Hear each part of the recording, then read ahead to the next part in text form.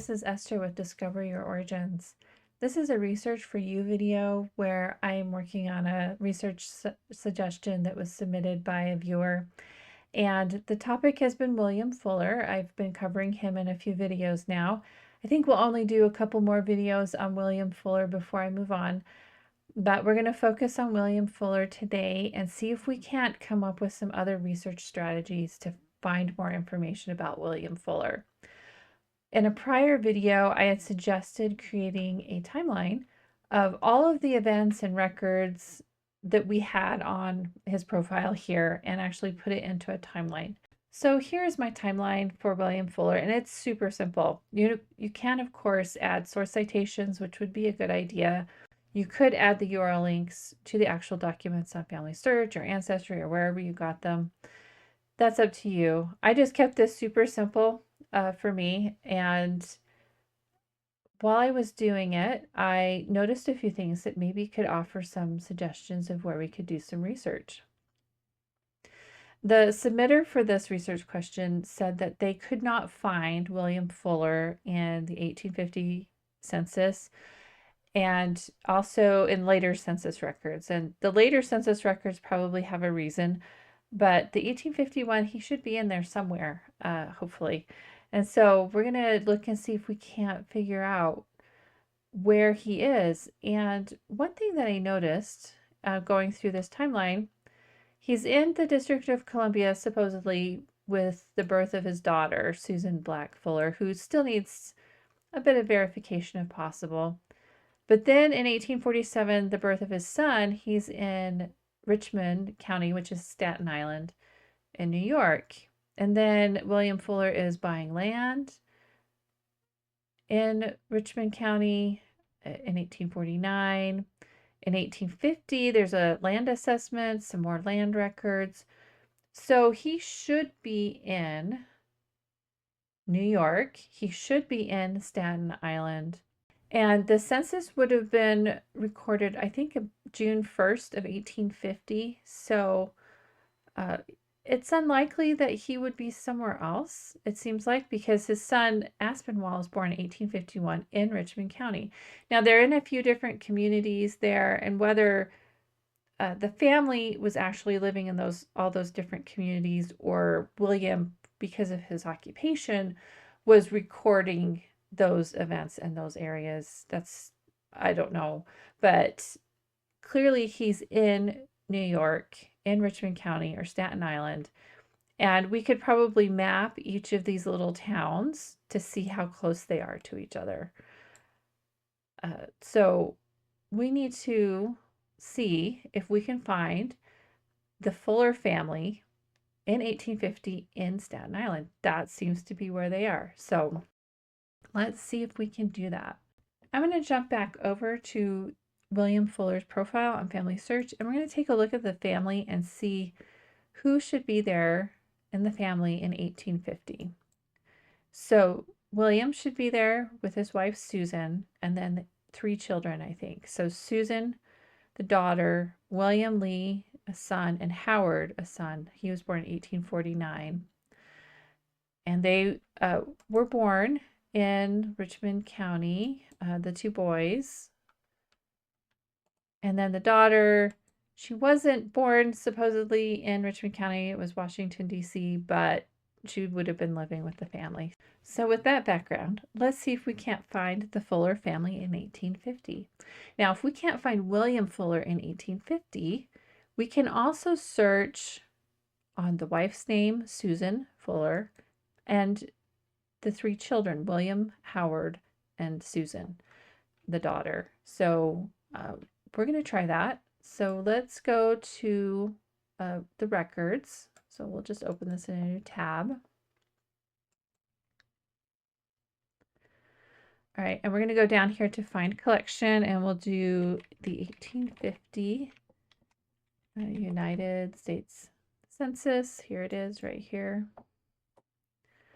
All right, so we're going to do a search for William Fuller in Richmond, New York. Here we go, Richmond County. Wasn't called Staten Island quite yet, so All right, let's see what we've got. Okay, we've got a William T. Fuller, born 1833 in New York. And the 1860 U.S. Census says he was born in 1830. That would make him pretty young in 1850 to have 3 children. So let's see. No, there's no matches there in that household. There's 435 results, I just noticed. So that could be a little bit difficult. Let's see.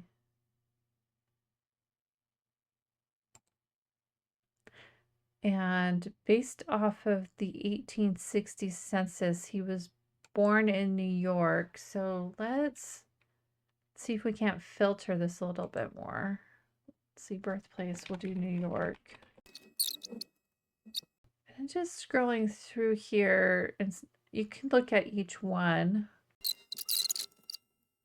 All right, so this might take a minute. So I'm going to just look through here and see if I can find anything that looks promising. And we'll be back in a minute.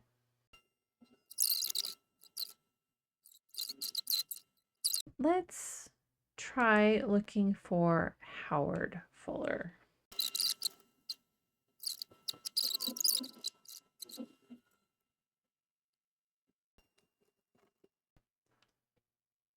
Okay, sometimes when you're searching the census, and you're trying to search using this box here, and they're not always successful. So browsing the images directly is sometimes an option. It is time consuming. So, if you can find things in your index, that's all the better. But here I am navigating through the images, and I did the state. Now I'm going to do the county. And here are the communities that are included. Here's Southfield, which is one of the areas the family was, I think. Let's see. For 5th of April, Southfield. They were in Clifton and other records. So let's look at Southfield. How many pages is it?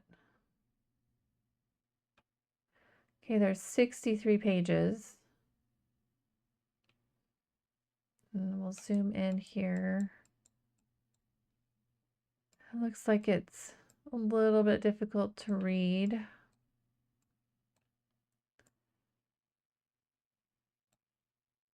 Okay, so you do have an index down here that you can look at for each page. So I'm gonna look and see if we see anything. Okay, so there's nothing on that page. And so to look at the next page, you could do this. And just keep going through it and see who was living in Southfield. Now it's possible they weren't there, but it seems like they should be there based on the census records. Okay, so I'm back, and I spent quite a bit of time trying different searches in both the 1850 U.S. Census and the New York State Census of 1855 for William Fuller and members of his family that should have been enumerated in those censuses. And I struck out, couldn't find them. I broadened my search to the entire country, and there are some William Fullers in 1850, and they don't seem to be a match. So it's possible they weren't recorded in the 1850 U.S. Census. It does seem odd, and so they could still be in there and their name misspelled or something. It's going to take a bit more digging than I have time for right now, and so I would encourage you to keep looking in the 1850 census, because according to our timeline, they should be in Richmond County or Staten Island between the 5th of April 1850 and the birth of Aspinwall. They should be there. So hopefully with some more digging we can find them. But where do we go from here? So one thing I would recommend is going to the Family Search Research Wiki and looking at what the historical resources are available to learn more about Staten Island in 1850, because we need a little bit of context to understand Staten Island in 1850. So there are some land records, and so under land and property, this was really interesting. New York Land and Property, it generated papers for people who were in large speculative land companies, and there's some suggestion that William Fuller may have been involved in that in his job. He was a clerk, he was buying and selling land in different places, and so that could be something of interest. Let's see, what else here? Repositories. This could be important to go and look at, because these repositories are going to have records that aren't necessarily online. And so there's the College of Staten Island, Richmond Town Library, Staten Island Museum, Wagner College. There's the New York City Registrar. There's a city clerk's office. There's the county historian. That could be interesting. Says it could provide access to obituaries, vital records, church records, maps, family files, or journals. And some historians provide search services, probably for a fee, but definitely check this out, because we want to know the history. And so if we can identify a written history about Staten Island that covers the 1850 era, we can kind of get an idea of what was happening on the island. Here's the Staten Island History website.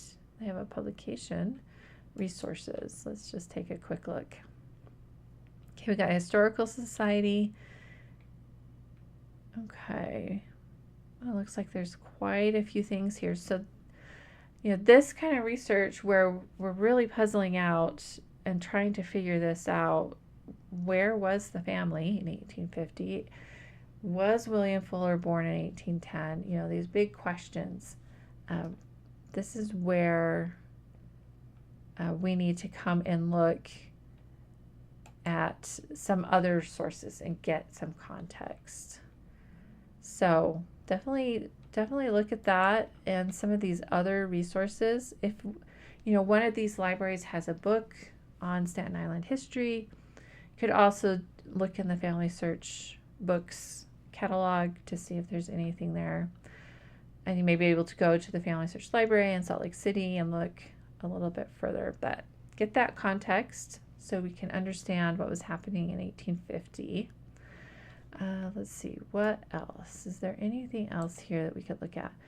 Definitely look at newspapers. There are some Richmond specific newspapers right here, and so those are definitely worth searching for more on the Fuller family. And sorry, scrolling fast here. Let's see. There are also some societies and social groups online related to Staten Island research. So definitely hit up these resources to see what they have available. And, a lot of times they will, for a small fee, you could join the society and get access to their resources. So definitely look at what they have here. It looks like there's some good information. Let's see, 1850. Okay. So, they have research services with this society. So, definitely look at these places because they may have something on the Fuller family. And so what else do we do here? Sometimes when we can't find information on our focus person, who is William Fuller, we need to broaden and really research all of the associated people. So William Fuller's children, his wife, his in-laws, and really understand all of those people. And so, for Augusta Root, we need to look at her parents and siblings and thoroughly research all of them as much as possible. Find where they were in all of the time periods that we're trying to look for William Fuller. If William Fuller's siblings had any association with Fuller's, or her father had association with Fuller's, we want to see if we can find that out, because that could help us find more about William Fuller. So we may have to leave the question of when was William Fuller born. Can we find evidence of that? And broaden that out and look at other family members and thoroughly researching them for now, and looking for every possible record that we can. We may have to build a case about William Fuller based on indirect evidence, because it seems like the evidence is lacking in certain areas. All right, so the next video, we're going to talk about William Fuller and possibly some criminal activity and what we can find on police records, court cases, newspapers related to that. And so stay tuned. It might be a very interesting episode. If you would like to know more, make sure you hit the subscribe button, and also I have a link to a blog article with more information. So we'll see you next time. Thanks for watching.